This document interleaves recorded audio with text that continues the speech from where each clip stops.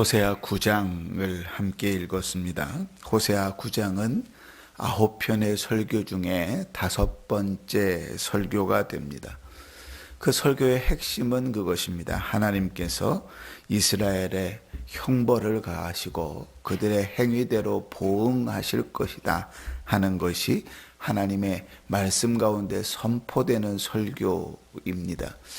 오늘의 내용을 보면 5번째 설교에서는 회복에 대한 내용들이 거의 찾아보기가 힘들 정도라 이렇게 생각됩니다.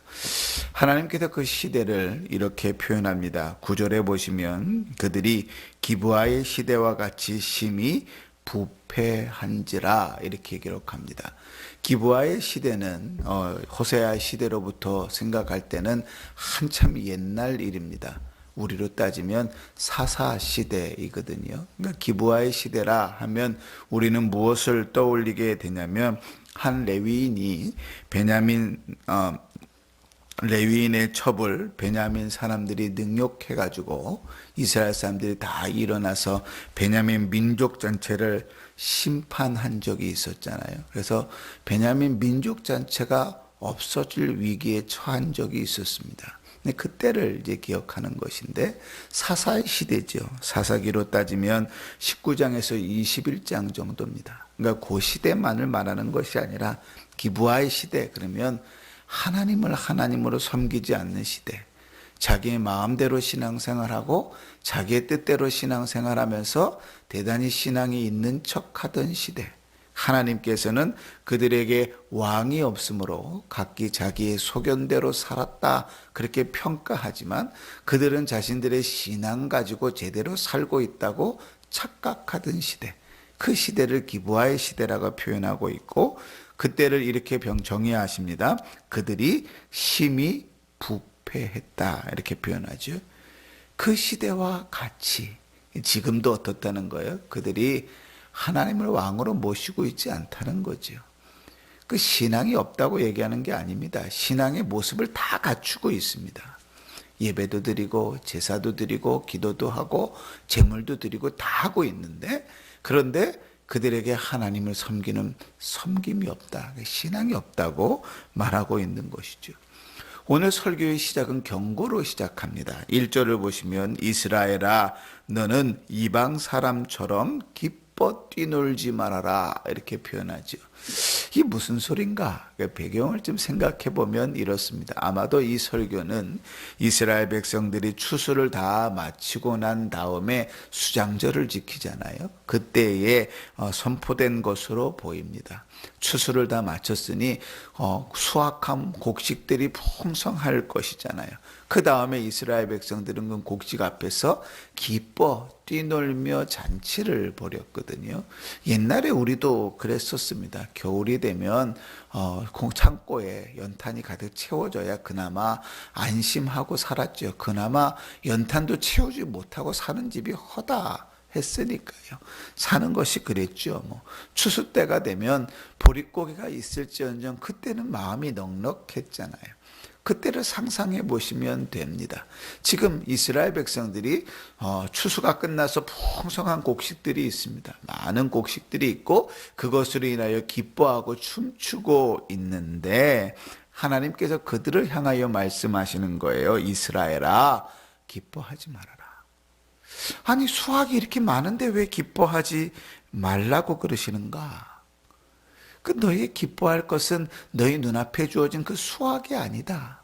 오히려 너희는 슬퍼해야 되는데 왜냐하면 너희 자신의 죄악된 모습으로 하나님이 징계하실 것이니까 그 징계 앞에서 슬퍼해야 된다고 말하는 것이죠.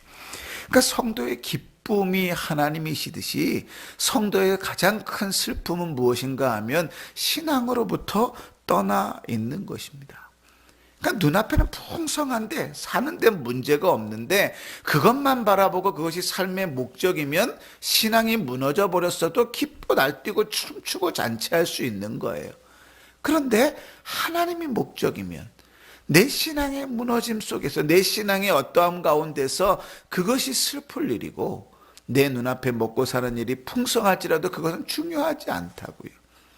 자, 하나님께서 이제 1절부터 6절까지 계속해서 그들이 형벌의 날에 당할 것들을 이렇게 이야기하십니다. 1절에서 2절을 요약하면 이런 거예요. 너희가 얻은 그 모든 수확들을 빼앗아 갈 것이다. 너희가 먹지 못할 것이다. 여러분 한번 보십시오. 우리에게 무언가가 주어졌다고 할 때 그것은요, 하나님이 베푸신 겁니다. 우리가 먹는다고 할 때 그것은 하나님께서 먹이시는 겁니다. 그들이 수확을 하고 수장절 절기를 지킨다면 그것은 하나님께서 주신 은혜에 감사하며 드리는 겁니다. 그죠? 그런데 하나님이 주셨으니 뭐 하겠다 그래요? 빼앗아 가겠다고 말씀하시는 거예요. 자, 3절에 이렇게 말씀하십니다. 여호와의 땅에 거하지 못할 것이다. 그들은 여호와의 땅에 거주하지 못하며, 여호와의 땅이 어딥니까? 하나님께서 약속하신 땅 가나안이잖아요. 그런데 그 땅에 뭐 하지 못한다고요?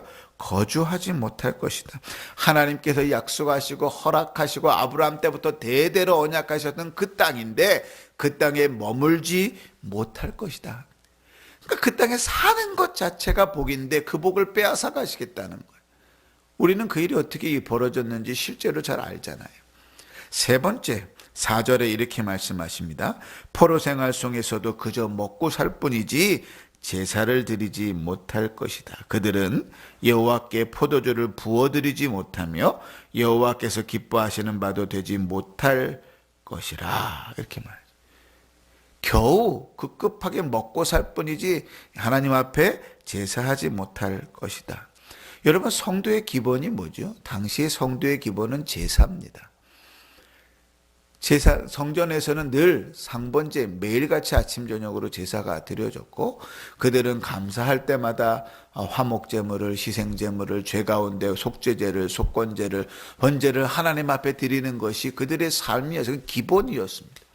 예수 믿는 자에게 가장 기본은 무엇이냐면 예배입니다. 그 예배의 모습을 보면 그가 신자인지 아닌지가 정확하게 나오잖아요. 그건 아주 기본 중에 기본입니다. 우리가 학교에 들어갈 때 한글을 알고 들어가야지 뭔가가 되잖아요. 그러니까 한글은 기본이잖아요. 마찬가지로 신자의 기본은 예배입니다. 그 예배가 무너져 버리면 신자의 삶은 아무것도 없는 거예요. 그런데 오늘 이스라엘 백성들에게 뭐라고 말씀하시죠? 너희에게 제사가 없어질 것이다. 겨우 먹고 사는데 급급할 뿐 제사가 없을 것이다. 포로로 잡혀간 다음에 그들의 삶에는 전혀 그것이 없었습니다.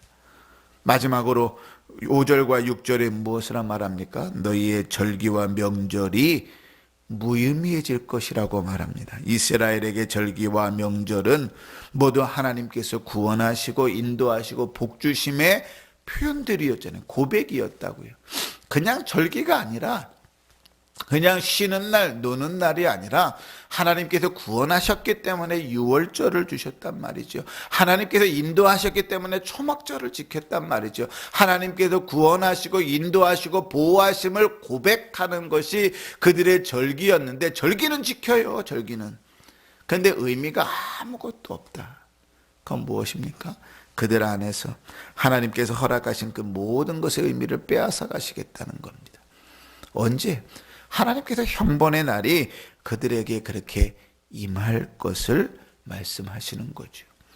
그럼 여러분, 우리가 이 호세아의 말씀을 들으면서 이거는 옛날에 그 이스라엘 백성들에게 하신 내용이니 지금 나에게는 아무런 상관이 없는 내용이니까 그냥 옛날 이야기 정도로 예배 시간에 듣는 재밌는 이야기 정도로 대충 때우고 넘어갈 것인가, 아니면 성경이 하나님의 말씀이기 때문에 오늘 이 말씀 가운데서 우리에게 하시는 음성을 들을 것인가 할 때 우리가 적용해 볼 수 있는 가장 중요한 핵심적인 생각은 이것입니다.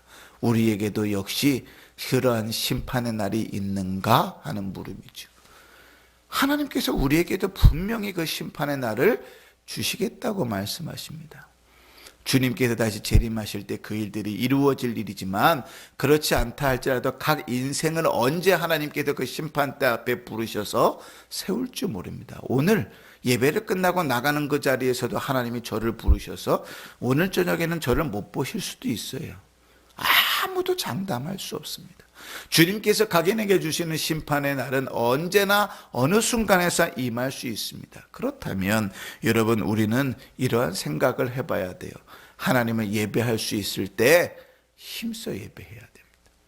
지금이 내 인생의 마지막 예배라는 심정을 가지고 예배해야 됩니다. 내 인생을 내가 장담할 수 없어요. 누가, 우리 여기 4명 모여 있는데 4명 중에 누가 이번 주일날 우리가 만나서 예배 드릴 수 있다고 장담할 수 있는 사람이 누가 있습니까? 아무도 없어요. 인생에 아무도 내일 일을 장담할 수 없어요. 이번 주일날 만납시다 기대하고 그냥 그렇게 흘러가고 인사할 뿐이지, 누구도 이 중에서 주일날 만날 수 있다는 확신할 수 있는 사람은 아무도 없어요. 주님께서 오늘 밤에라도 우리 생명을 거두어 가시면, 주께서 우리를 오늘 밤에라도 심판대 앞에 세우시면 우리는 모두가 다 그냥 거기에 거부할 수 없이 순종하고 가야 하는 인생들이지요. 그러니 여러분, 우리에게 주어진 시간 속에서 예배할 수 있을 때 온전히 제대로 힘써 예배해야 됩니다. 감사할 수 있을 때 힘써 감사하십시오. 섬길 수 있을 때, 하나님 힘 주실 때 힘써 주를 섬기십시오. 하나님께서 기회를 주셨을 때 그 일들을 잘 감당해야 됩니다. 이스라엘 백성들에게 그 기회가 너무 짧았습니까? 이스라엘 백성들에게 그 기회가 적었습니까? 아니요. 하나님은 그렇게 야박하신 분이 아닙니다. 노아의 시대에 그 백성들이 먹고 마시고 시집가고 장가가며 죄 가운데 범할 때 하나님께서 심판을 선포하신 날이 짧았습니까?